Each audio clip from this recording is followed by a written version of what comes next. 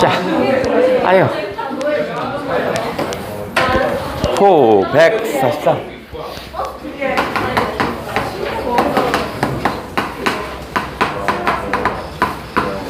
자, 43 볼게요. 두 작품이 실렸군요. 향수가 하나 실렸고 저곡 전갑 8곡 실렸네. 뒤쪽에서 포인트를 좀 힌트를 좀 얻어볼게요. 20번에서 힌트를 얻어볼게. 뭐라고 했냐면 선생님이 심리학에서는 일정한 장소에 대한 개인의 심리적 태도 또는 행동을 지향하는 특성을 장소 애착성이라고 한답니다. 그러면 동그라미 쳐볼게요. 네모치던가 장소 애착성. 장소를 중심으로 파악해달라 뭐 이런 얘기였네. 그럼 일단 우리가 앞에 수능 완성에 나온 거 한번 배우고 수특에도 이렇게 장소 애착성에 있는 것들이 있었어요. 그 점검 한번 해볼게. 일단 정지용의 향수네. 자, 향수라고 했으니까 뭐 이거 고향에 대한 그리움이죠. 향수 자체가 고향에 대한 그리움. 근데 힌트에서 뭐라고 했냐면 장소 중심으로 해석하라고 있습니다. 한번 해석해 볼게요. 자, 넓은 벌 동쪽 끝으로 옛 이야기 지질되는 실개천이 휘돌아 나간답니다. 그러면 실개천이 마을을 안고 돌아가나 봐. 얼룩배기 황소가 해설빛, 금빛, 게으른 울음을 우는 곳이랍니다. 그러면 금빛 또는 해설피는 해가 질 무렵이고, 그 다음에 금빛은 시각일 테고요. 그 다음에 울음은 청각이겠죠? 그럼 얘가 지금 얼룩배기 황소가 우는 걸 표현하는 거야? 얼룩배기 황소의 색깔을 표현하는 거야? 우는 거죠. 그죠? 그러니까 청각을 설명하려고 시각을 가져왔으니까 청각의 시각화 이렇게 표현했습니다. 공감각이란 얘기야. 그러면 거기에 뭐뭐 하는 곳 거기다가 동그라미를 쳐볼게요. 우는 곳에 니은 곳. 그 다음에 이연에도 가서 또 역시 마찬가지로 집베개를 돋아 고이 쉬는 곳, 니은 곳. 3년에 가서도 휘적 쉬든 곳, 니은 곳 이렇게 나옵니다. 그러면 유사한 통사구조가 반복되고 있다는 거 하나 체크. 운율이 형성되는 거겠죠? 유사한 통사구조가 있으니까 운율이죠. 그럼 다시 1년으로 가서 해서 그곳이 자마꾸멘들리칠리아 후렴구군요. 후렴구가 각 년마다 계속 반복되고 있으니까 당연히 운율 강조 뭐 이런 말 하면 되겠지? 그 다음 꾸민들 이칠리아 했으니까 서리적인 표현도 있네. 그럼 서리적 표현을 통하여 심정을 화자의 정서를 강조한다 이런 말 되겠네. 그 다음 그러면 장소를 중심으로 파악해달라고 했으니까 1년 같은 경우에는 전체적으로 좀 긍정적인 장소가 좀 보이네. 그죠? 전체적으로는 좀 긍정적인 모습.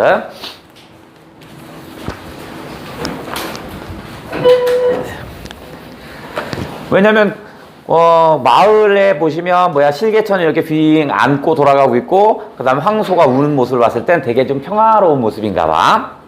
2연 갑니다. 지라로의 재가 식어지면 화로의 재가 식어진다고 그랬으니까 시간이 흘렀겠죠. 그럼 시간의 흐름을 시각적으로 표현했네. 그럼 추상적인 것을 구체화했다 이런 말 하면 되겠죠. 그죠? 시간이 흘러가는 것은 추상적 개념이잖아. 그 추상적인 것을 지금 현재 어떻게 했어? 시각적으로 표현했으니까 구체화 시켰구나. 별건 아니네 이건. 지라로의 재가 식어지면 빈 밭에 밤바람 소리 말을 달리고 밤바람 소리라고 했고 말을 달린다고 그랬습니다. 달리는 건 시각이라고 치고요. 밤바람 소리 정도는 청각이라고 한다라면 청각에 시각화겠죠. 그죠? 밤바람을 얘기하고 싶어서 말이 달리는 걸 꺼내왔으니까 청각을 시각화한 거겠죠. 만약에 밤바람을 촉각으로 느꼈다면 촉각에 시각하고 어쨌든 간에 공감각이네. 엷은 졸음에 겨운 늙으신 아버지가 집베개를 토다 고이시는 곳. 그러면 늙으신 아버지가 엷은 졸음에 겨워 하신대요. 그러니까 일에 쪄들어서 힘든가 봐요. 그럼 다소 좀 힘든 고향의 모습이겠네. 힘겨운 곳이네. 1년이 좀 평화로운 고향의 모습이었다면 2년은 조금 힘겨운 고향의 모습이네. 그래도 그곳이 차마 꾸멘들리칠리아 꿈에 잊혀지지 않아요 이거네. 좋다는 얘기입니다. 흙에 서자란 내 마음 파란 하늘빛이 그리워 함부로 쏜 화살을 찾으려 여기서 함부로 쏜 화살은 꿈이겠죠? 꿈. 아마 나는 어렸을 때 뭐 대통령 되고 싶어요. 뭐가 되고 싶어요. 과학자가 되고 싶어요. 뭐 이런 거 했을 거 아니냐. 그게 함부로 쏜 화살. 풀썩 이슬을 함추름 저 휘적시던 곳. 그곳이 차마 꿈엔들이 지리야. 어린 시절 꿈을 꾸었던 곳이군요. 나름대로 좀 평화로운 곳인가 봐. 그럼 가만히 봤더니 홀수연들은 다 긍정적인 모습이 나타나고요. 짝수연들은 고양이 좀 부정적인 모습이 나타날 겁니다. 그곳이 차마 꿈엔들이 진리야 잊혀지지 않는다고요.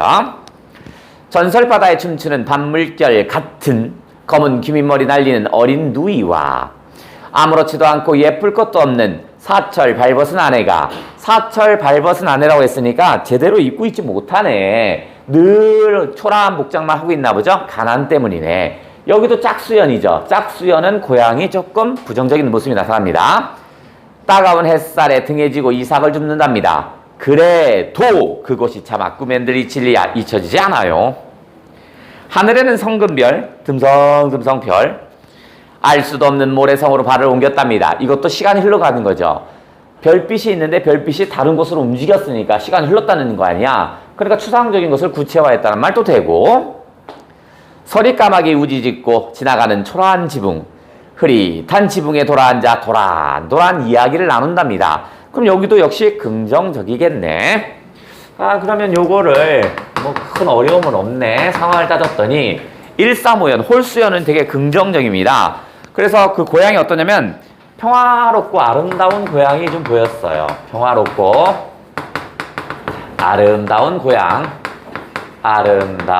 고양이 모습이 135연이었어요. 135연이 그랬고요.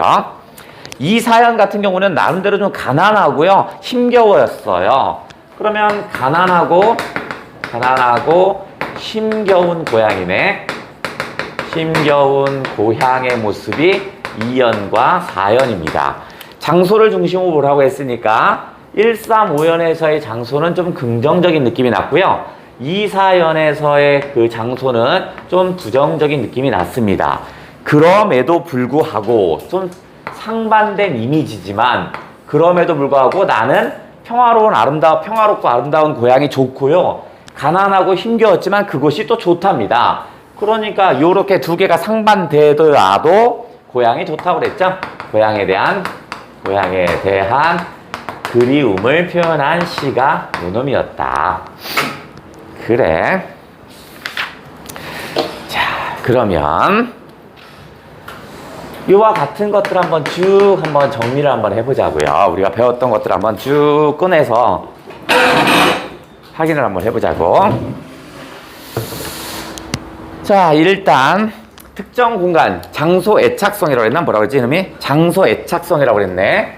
아마 얘가 장소에 대한 애착을 가지고 있다고 그랬습니다. 장소에 대한 애착. 즉 정주영의 향수에서는 뭐야? 고향에 대한 애착을 가지고 있죠. 고향이라는 장소에 대한 애착을 가지고 있군요. 그러면 요런 작품이 수특에 있었어요. 그죠? 수안에서는 더는 없고요. 쭉 훑어봐도 더는 없고 수특에서는 이미 있었습니다. 한번 점검을 해볼 테니까 여러분이 이제 시의 제목을 맞춰야겠죠. 나름대로 평화롭게 농사를 졌었어요. 과거에는요. 평화롭게 농사를 졌습니다. 그 다음에 이 과거에는요. 나는 항상 꿈을 가지고 살았고요. 그 다음에 나름대로의 어떤 소망을 가지며 살아왔었어요. 이게 과거의 내 모습입니다. 좀 긍정적이네. 여기가 과거야. 그러나 시 속에서 이제 반전이 됩니다. 그러나라고 나오면서 지금 현재는 어떤 거냐면 유랑하고 있습니다. 유랑하고 있어요. 내 집이 없어요. 그래서 오늘에 대한 어떤 한탄이 있으면 다음 날은 또 다른 한탄이 오고요. 다음 날은 또 다른 한탄이야.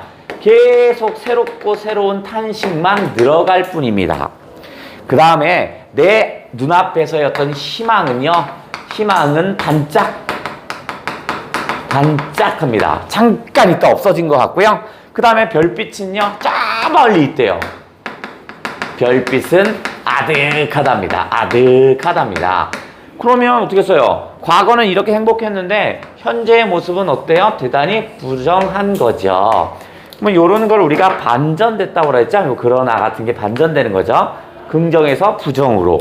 여기가 언제냐면 현재의 내 모습이었어요. 다시 한번 또 그러나 합니다. 다시 반전이 일어납니다. 시 속에서 그러나가 두 번이 나오면서 시의 내용이 두 번 반전이 됩니다.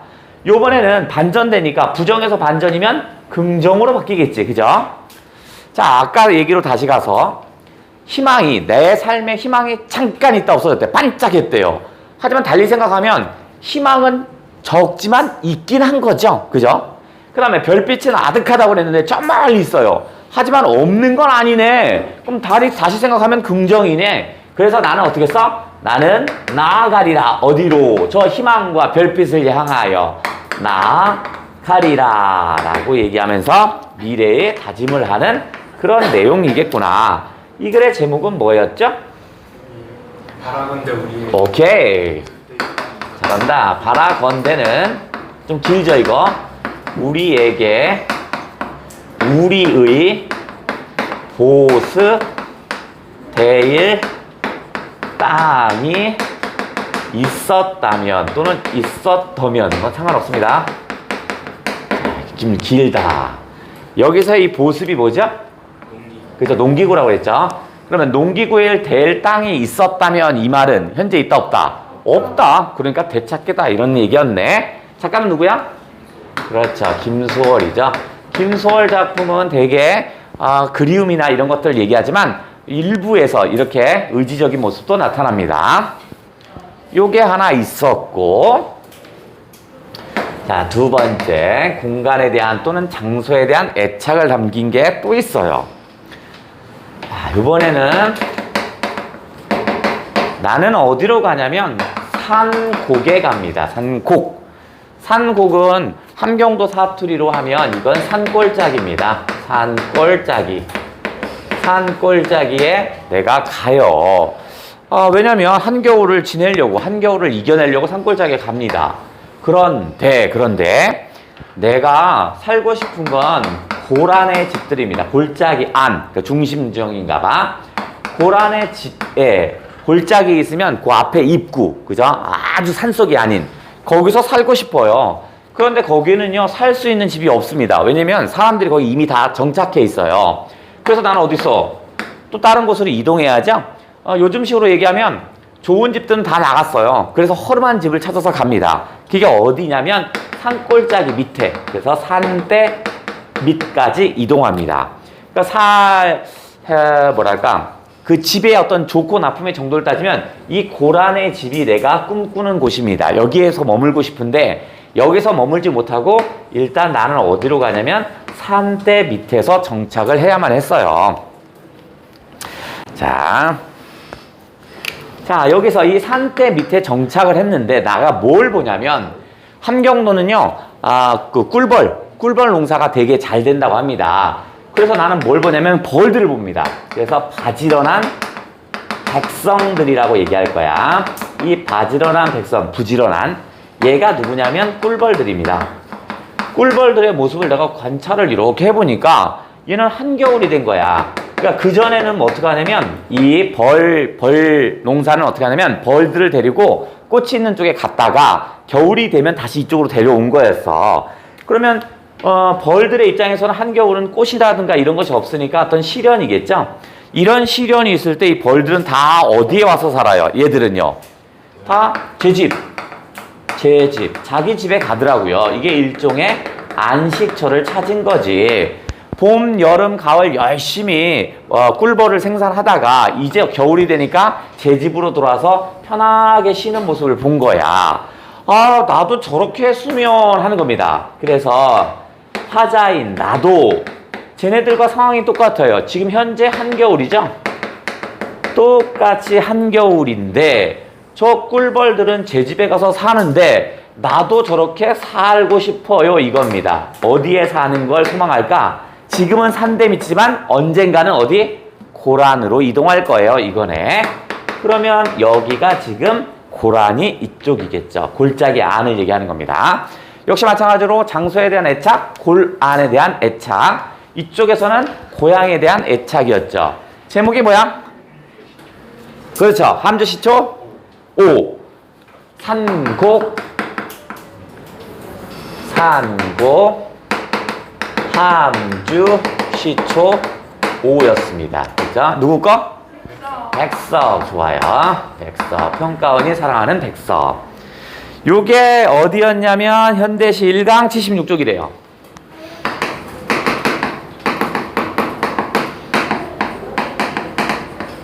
현대시 1강 76쪽에 언급되어 있던 거야. 역시 장소에 대한 애착을 담았던 그런 작품이었구나. 그래? 그러면 여기에 또 다른 유사 해볼게요. EBS에는 없지만 비슷한 걸 한번 찾아볼게요. EBS는 없어요. 자, 이것도 장소에 대한 애착. 자, 이번에는 어떻게 할 거냐면 내가 독한 회의, 여기 회의는 미팅 아니고요. 하고자 하는 것, 그죠? 독한 회의를 구하지 못한대요. 내가 하고자 하는 걸 혹시 못한다면 또는 삶의 애증을 짊어지지 못한다면 그러니까 나는 뭐냐면 사랑과 증오 이 사이에서 갈등을 한다면 또는 어떤 심적인 것에 이렇게 휘둘린다면 또는 병든 나무처럼 산다면 이렇게 부정적으로 살아간다면 그러면 나는 어떻게 할 거야? 나는 아라비아 사막으로 가자 했습니다.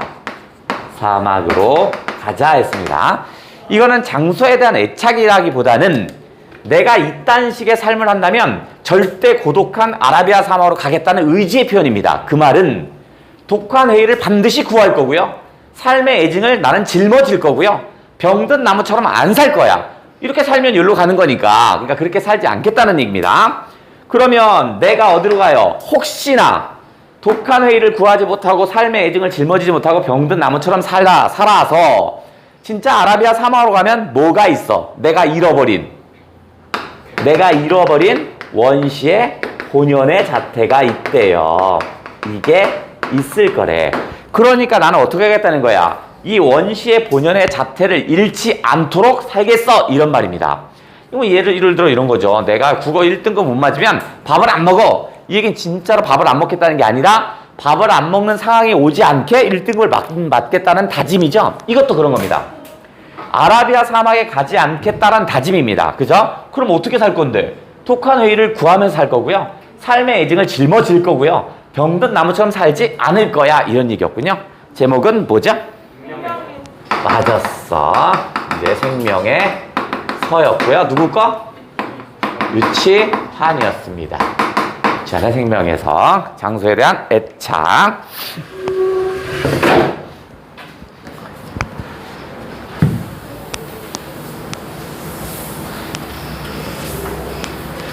자, 그러면 또 있더라고요. 자, 요번에는 다시 앉아서 빨리 써고.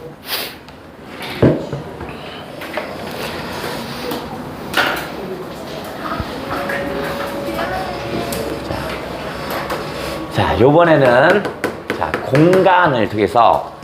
공간을 통해서요. 자신의 정서나 처지를 드러낼 때가 있어요. 자신의 어떤 정서나 내면 정서겠죠? 내면 정서나 처지를 표현할 때가 있어요. 이런 작품도 우리 수특에 한번 실렸네요. 수특에. 수능 완성 5개밖에 없으니까 짧으니까 없어요. 비슷한 건 없지만 수특에는 이게 있더라고요. 뭐라고요? 자, 어디 뭐가 나왔을까? 자, 첫 번째부터 한번 해볼게요. 나는 골방에 있습니다. 햇빛 하나 들어오지 않는 골방에 있어요. 그런데 이 햇빛 하나도 들어오지 않는 골방에 어느 순간에가 내가 뭘 걷어? 커튼을 걷었어요. 그랬더니 바깥에 뭐가 있냐면 황혼이 있는 거야. 우리가 일제시대 때 해방이란 말도 쓰지만 광복이란 말도 쓴다고 그랬잖아. 빛광자의 얻을 복자입니다. 빛이 있는 것은 해방 이런 걸 상징한단 말이야. 그러니까 황혼이니까 대낮보다는 빛의 양이 좀 적을 겁니다. 그런데 그러니까 100의 행복이 아니라 60밖에 없는 행복이야. 얘도 나에게 어떻게 써? 일종의 위로를 주더라고요. 저걸 통해서 내가 위로를 얻게 되는 거야. 그러면 내 골방은 빛이 하나 들어오지 않는 그런 골방이었는데 이런 황혼에게 나는 어떻게 써? 위로와 위안을 얻은 겁니다. 보통 위로와 위안을 얻는 게 아주 100을 다 가지고 있는 사람이 위로와 위안도 할 수 있지만 얘는 다소 부족한데 걔 나름대로 나에게 또 위로와 위안을 주는 거야. 어허, 그래? 그랬더니 나는 어떻게 써? 배웠습니다. 아, 저런 사람도 나에게 위로와 위안이 된다면 나보다 더 못한 사람에겐 내가 위로와 위안이 될 수 있겠죠? 그래서 그거를 확대하고 싶어 합니다. 그럼 나는 황혼의 손을 잡아서 위로와 위안을 얻었거든요. 그래서 요런 것을 확대할 거야. 누구에게? 나보다 못한 사람에게 해주겠죠? 그죠? 그러면서 뭐 하냐면 모든 것들에게 위로와 위안을 전파하고 싶대요. 그러면 이 모든 것들은 어떤 사람들이냐면 대부분 다 소외된 애들입니다. 그죠? 다 소외된 처지에 있는 사람들에게 내가 도움이 되고 싶은 겁니다. 내가 황혼에게 위로와 위안을 얻었듯이 나도 어떻게 써요? 다른 나보다 못한 사람에게 위로와 위안을 전파하고 싶대요. 자, 그래서 이 상태에서 나는 또 다짐을 합니다. 오늘뿐만 아니라 내일도 할 겁니다. 내일. 그러니까 이제는 더 이상 내 방이 부정적인 게 아니었어요. 내 방은 원래 커튼이 닫혀 있어서 외부와 소통이 되지 않는 아주 부정적이었지만 아니야. 내 방으로부터 나보다 못한 사람에게 내가 항상 행복을 던져주고 있었죠. 그러니까 이 골방은 이제 다시 긍정으로 바뀌었네. 똑같은 골방인데 맨 앞에 골방과 뒤쪽의 골방의 의미는 다릅니다. 그러면 내일도 나는 어떻게 할 거야? 커튼을 걷고자 합니다. 내일도 커튼을 걷고자 합니다.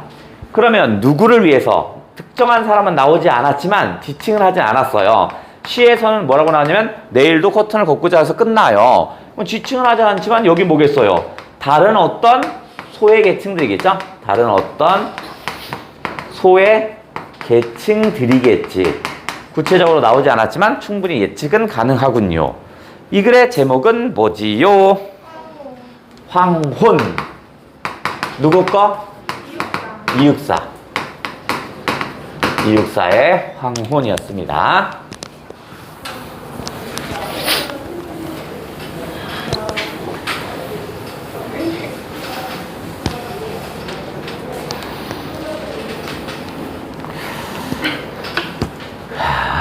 그 다음 하나 더. 뭐야 이씨. 뭔 소리지 이건? 하나 더. 이번에는 자, 이번엔 뭐가 나왔을까? 자, 현실적인 자아와 그 다음에 내면적 자아를 나눠볼게요. 내면적 자아를 나누자. 현실적 자아와 내면적 자아가 똑같은 상황을 대하는 자세가 좀 다르더라고요. 얘네들에게 주어진 상황은 어떤 상황이야? 일제시대죠? 즉 육첩방, 그 다음에 뭐 있어? 어둠이 존재하던 곳이었습니다. 육첩방은 일본식 다다미방이라고 그랬죠? 육첩방과 어둠이 깔려있는 이런 공간이었어요. 그런데 현실적 자아는 이런 공간에서 어떻게 하냐면 아무것도 할 수 있는 것이 없어요. 그래서 나는 어떻게 해서 무기력하게 뭐하고 있어? 점점 침전을 합니다. 요거는 아주 무기력함입니다. 할 수 있는 게 아무것도 없대요. 그럼 이건 무기력하게 침전하는 이런 모습이네. 바보네, 현실적 자아는. 하지만 내면적 자아는 똑같은 상황인데 얘기가 달라요. 얘들은 어떻게 해요? 얘들은 뭐라고요? 등불을 밝혀서 뭐를 맞이해요? 어둠을 몰아내고 아침을 맞이하죠? 그러니까 얘는 어떻게 해서 되게 의지적인 모습을 하고 있군요. 그러면서 내면적 자아가 야, 너도 할 수 있어 라고 하는 거야. 내면적 자아의 나가 현실적인 자아 나에게 어떻게 써요? 그렇죠. 최초의 악수를 하죠. 최초의 악수를 하더라. 얘가 동그라미, 얘가 세모겠죠. 나는 나에게 건네는 최초의 악수 이렇게 나올 겁니다. 이건 뭐야? 운동주? 뭐? 자, 쉽게 시. 요거는 현대시 몇 강이지? 3강 82쪽.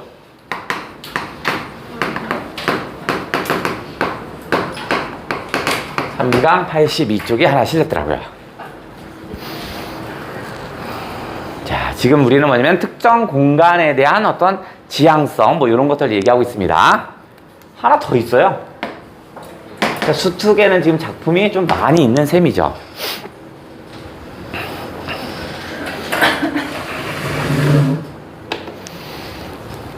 자, 세 번째. 요거는 나는 어떤 님과 헤어졌어요. 그러니까 만나서 사랑했던 곳이 있고 그 다음에 헤어진 장소가 동일합니다. 사랑의 장소와 헤어진 장소가 동일한 거야. 거기가 어디냐면 강변역입니다. 강변역이라는 곳이 과거에와 현재가 조금 다른데요. 과거에는 내가 님과 사랑을 만났고 사랑을 나눴던 곳이고요. 현재는 이별의 장소야. 그러니까 부정이네. 그럼 다시 정리하면 과거에는 만남과 어떤 사랑의 공간이었다면, 사랑의 공간, 사랑의 장소였다면, 지금 현재는 이별한 상태입니다. 그죠? 그래서 여기서 뭐야? 내가 너를 기다리는 장소입니다. 기다리고 있는 장소야. 나는 왜 너를 기다리냐면 나와 너의 헤어짐이 너가 더 슬플 것 같아. 그래서 나는 만나려고 한다. 뭐 이런 얘기가 나올 겁니다. 그 다음에 여기 뭐야? 이 공간은 다시 만날 수 있는 장소입니다. 공간이라고 확신을 하고 있습니다. 다만 적극적인 기다림은 아닙니다. 그냥 그대로 소극적인 기다림을 보여주고 있는 그런 작품이었구나. 이 글의 제목은 강변역에서가 강변역일까? 테크노마트. 강변역에서였습니다. 누구 거야? 그렇죠. 정우 승 작품이었네. 요거는 어디 거냐면 현대시 11강. 몇 페이지지? 104쪽. 104쪽에 있었고요. 얘와 같이 맞물려 있던 건 어떻게 알았어? 어디 봤어? 문정의 이별 이후 있었죠? 그거 뭐 있었냐면 과거에 헤어졌을 때는 어떻게 했어요? 나는 어땠을 때? 너와 헤어졌죠? 근데 이제 최근에는 어때요? 현재는 내가 제일 슬퍼하는 게 너와 헤어지고 나서 가장 슬픈 게 뭐야?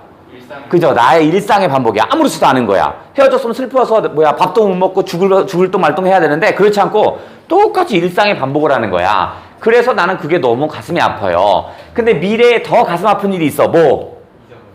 잊어버리는데 누가? 내가 너를 잊고 너도 나를 잊고. 그죠? 이게 가장 슬픈 일이에요. 뭐 이걸 담았던 겁니다. 근데 이건 공간에 대한 애착은 아니니까 같이 넣지는 않을게요.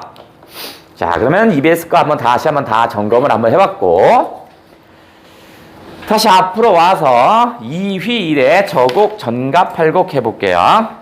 잠깐 21번에서 힌트가 나왔네. 자, 21번. 나는 2휘 1이 45세 때 지은 연시조의 일부입니다. 그가 경험한 농촌의 정경과 농민의 노고를 사실적으로 형성했습니다. 줄 칠게요. 농촌의 정경과 농민의 노고를 사실적으로. 2휘 1은 성리학을 연구해 명석을 얻었는데 벼슬을 하지 않고 평생을 농촌에서 보냈습니다. 이 작품은 화자의 소망을 제시하는 부분, 줄쳐 화자의 소망을 제시하는 부분, 동그라미 1번. 그 다음 줄쳐 계절의 변화에 따라 농사일을 제시하는 부분, 동그라미 2번. 또 줄쳐 농촌의 일과를 제시, 동그라미 3번. 세 부분으로 나눠진대요. 어떻게 나눠졌냐 봤더니 소망 제시, 계절에 따라 농촌 일과 이렇게 나눴죠. 그죠? 그럼 다시 넘어와서 표시하고 가볼게요. 저곡 전갑팔곡에 보시면 제1수에 보면 원풍이죠. 그죠?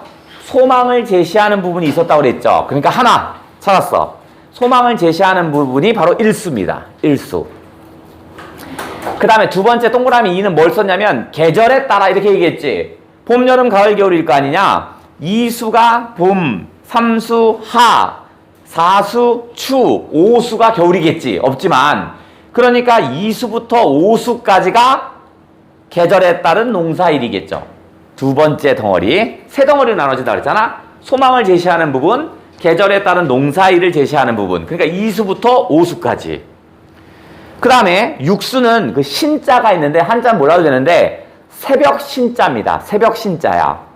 그 다음에 빠진 건 오, 점심 오자, 낮 오자, 그죠? 오후 할 때 오자. 그 다음에 밑에 건 저녁석이죠. 그럼 6, 7, 8은 하루의 일과죠. 농가의 하루의 일과. 오, 다 설명했네.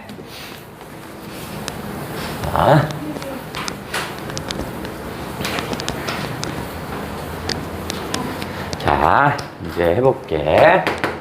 자, 저곡, 전가, 활곡이라고 했습니다. 이거 이렇게 끊어집니다. 이렇게 끊어집니다.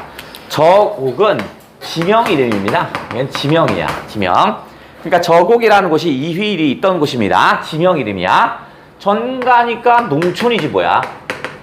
농촌. 그 다음에 뭐냐면 8곡이죠. 8곡. 그런데 이 8곡을 분석을 해줬죠. 그죠? 첫 번째는 소망제시. 이게 일수였죠. 그 다음에 두 번째는 뭐냐면 계절에 따른 농사일. 계절에 따른 농사일이라고 그랬죠. 그러니까 얘는 뭐야? 2수부터 해서 2, 3, 4, 5수까지. 그 다음 세 번째는 농촌의 일과라고 그랬죠. 농촌의 하루죠. 농촌의 일과니까 하루, 일과라고 했으니까 하루겠죠. 그래서 새벽, 오후, 저녁 세 개네요. 6수에서 8수. 저곡, 전갑, 팔곡 됐네요. 소망을 제시하는 게 제1수. 계절에 따른 농사일이 2, 3, 4, 5. 그 다음에 하루의 일과 6, 7, 8. 새벽, 오후, 저녁.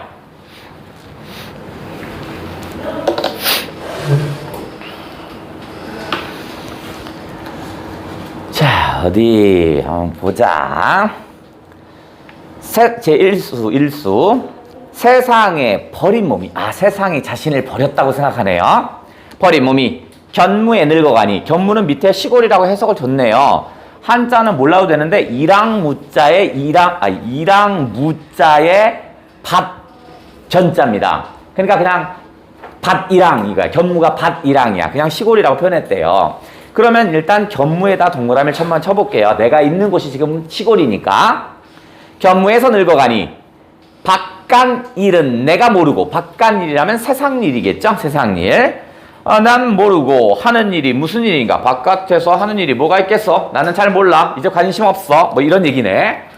그러면 일수가 어떤 내용인가. 뭐 원풍인데 일수는 세상이었던, 아니면 뭐라고 하죠? 바깥일을 어떻게 썼지? 바견일 이렇게 썼네. 이렇게겠죠. 얘가 나를 버렸다고 그랬으니까 얘가 세모고, 나는 어디에 있어? 지금 시골에 있죠. 시골이 바로 견무라고 그랬죠. 그러니까 여기에 지금 있는 겁니다. 이 중에 우국성심은, 나라를 걱정하는 마음은 연풍을 원합니다. 그럼 나는 뭐야? 원풍. 풍년을 기원하는군요. 그러니까 이것을 어떻게 했어요? 얘를 잊고, 얘에서 어떻게 해서 풍년을 기원한대요. 풍년을 기원할게요. 이런 얘기였네요. 일수는.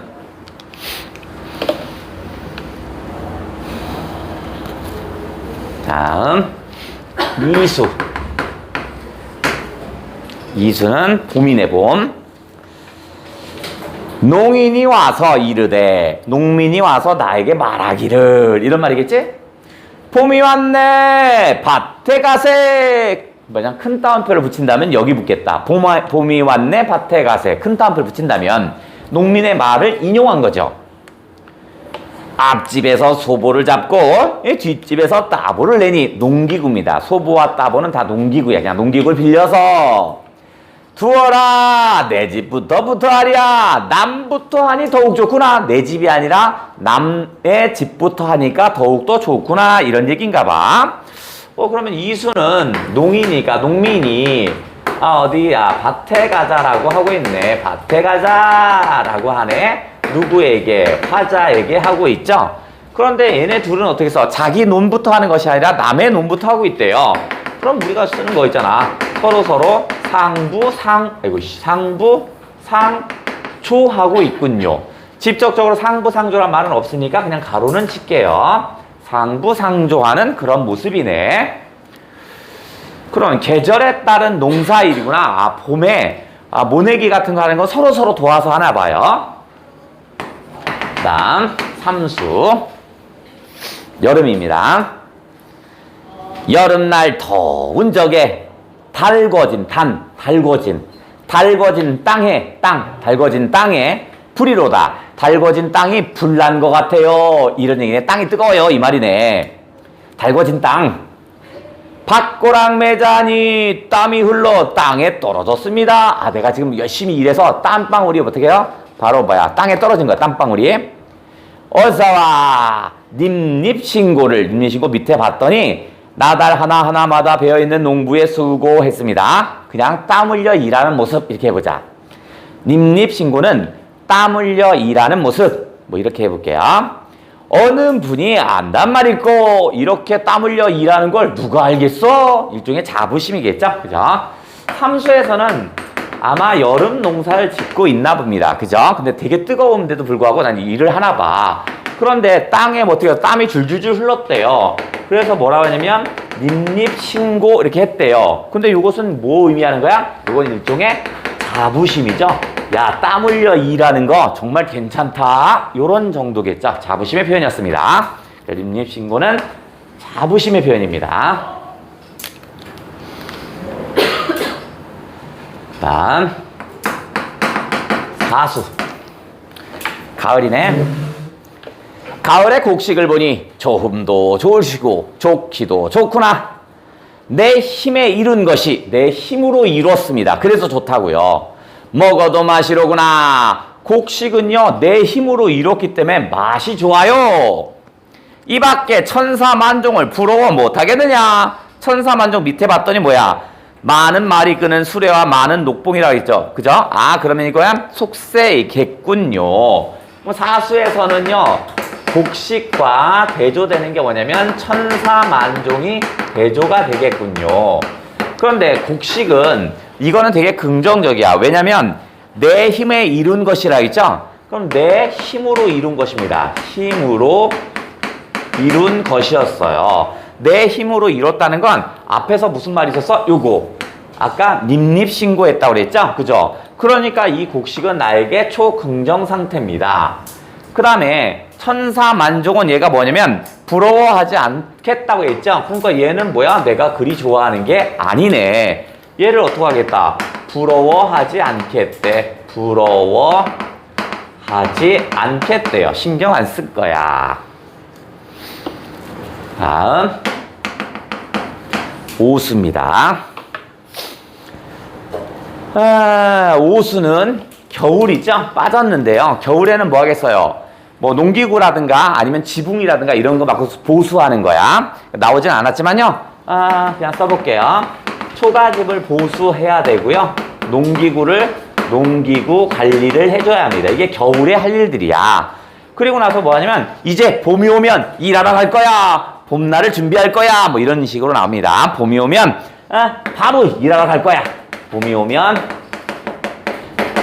일하러 가리다. 뭐 이런 의미입니다.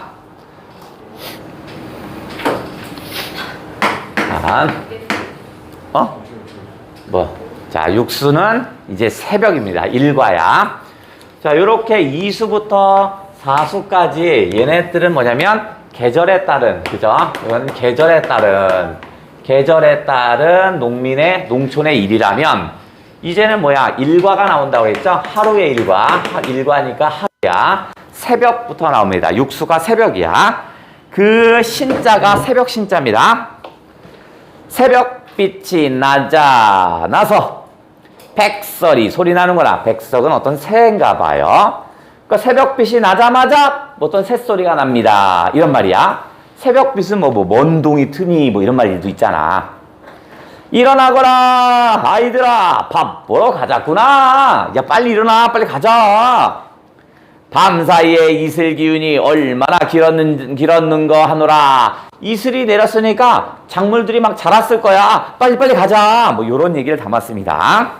자 그러면 육수에서는 지금 뭐냐면 자 새벽부터 새벽입니다. 새벽에 빛이 먼동이 텄어요. 그런데 거기에 뭐 있어?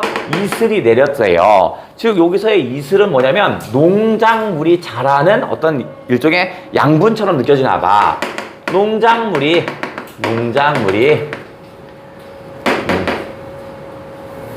성장했다. 성장했으니까 얼른 가세. 자, 일하러 가세. 칠수. 칠수는 빠졌네. 오후입니다. 오후. 점심입니다. 오니까 뭐 오후 또는 뭐 점심 이거야. 오후야. 그래서 이때는 뭐 할 거냐면 당연히 어떻게 써? 오후에는 뭐야? 오후에는 뭘 해야 돼요? 밥 먹어야 할 거 아니야? 새참 같은 거 밥. 그죠? 그래서 하자가 농부들에게 뭘 해요? 바로 점심을 대접하는 것이 바로 오후의 얘기입니다. 다음 팔수. 그러니까 농촌의 하루의 일과는요. 새벽같이 나가서 일하고요. 점심에 새참과 밥을 먹고요. 이제 저녁입니다. 서산에 해가 지고 풀끝에 이슬이 나는구나. 호미를 들러매고 달 뒤에 가자꾸나. 호미를 메고 달 뒤에 있고 이렇게 걸어가자는 얘기야. 집에 가는 겁니다, 지금. 이 중에 즐거운 뜻을 일러서 못하겠느냐. 그럼 뭐야? 해가 지고, 지금 어디로 가고 있어? 집으로 가고 있죠? 그죠? 달빛을 받으며 집으로 가고 있습니다. 달빛을 받으며 집으로 가고 있는 이런 내용이었군요. 그죠? 그런데 이것이 얘는 뭐라고 그랬냐면 고통스럽거나 이렇지 않다고 그랬어? 즐거운 뜻이라고 그랬습니다. 즐거운 뜻이라고 했으니까 되게 나름대로 행복해하고 있는 모습이군요. 그러면 자 일수에서는 소망을 하는 거 풍년 들어요. 풍년이 왔으면 좋겠어요 하는 소망 제시. 그 다음에 2, 3, 4, 5는 계절에 따른 농촌의 모습이었죠. 그 다음에 6, 7, 8수는 농가의 하루의 일과였네요. 새벽, 점심, 저녁. 됐죠? 자, 그러면 문제 한번 해볼까? 21부터, 아니다, 18부터 23까지 있네. 많다. 출발! 어디가 보자고. 뭐? 근데 안 풀고 나연 씨.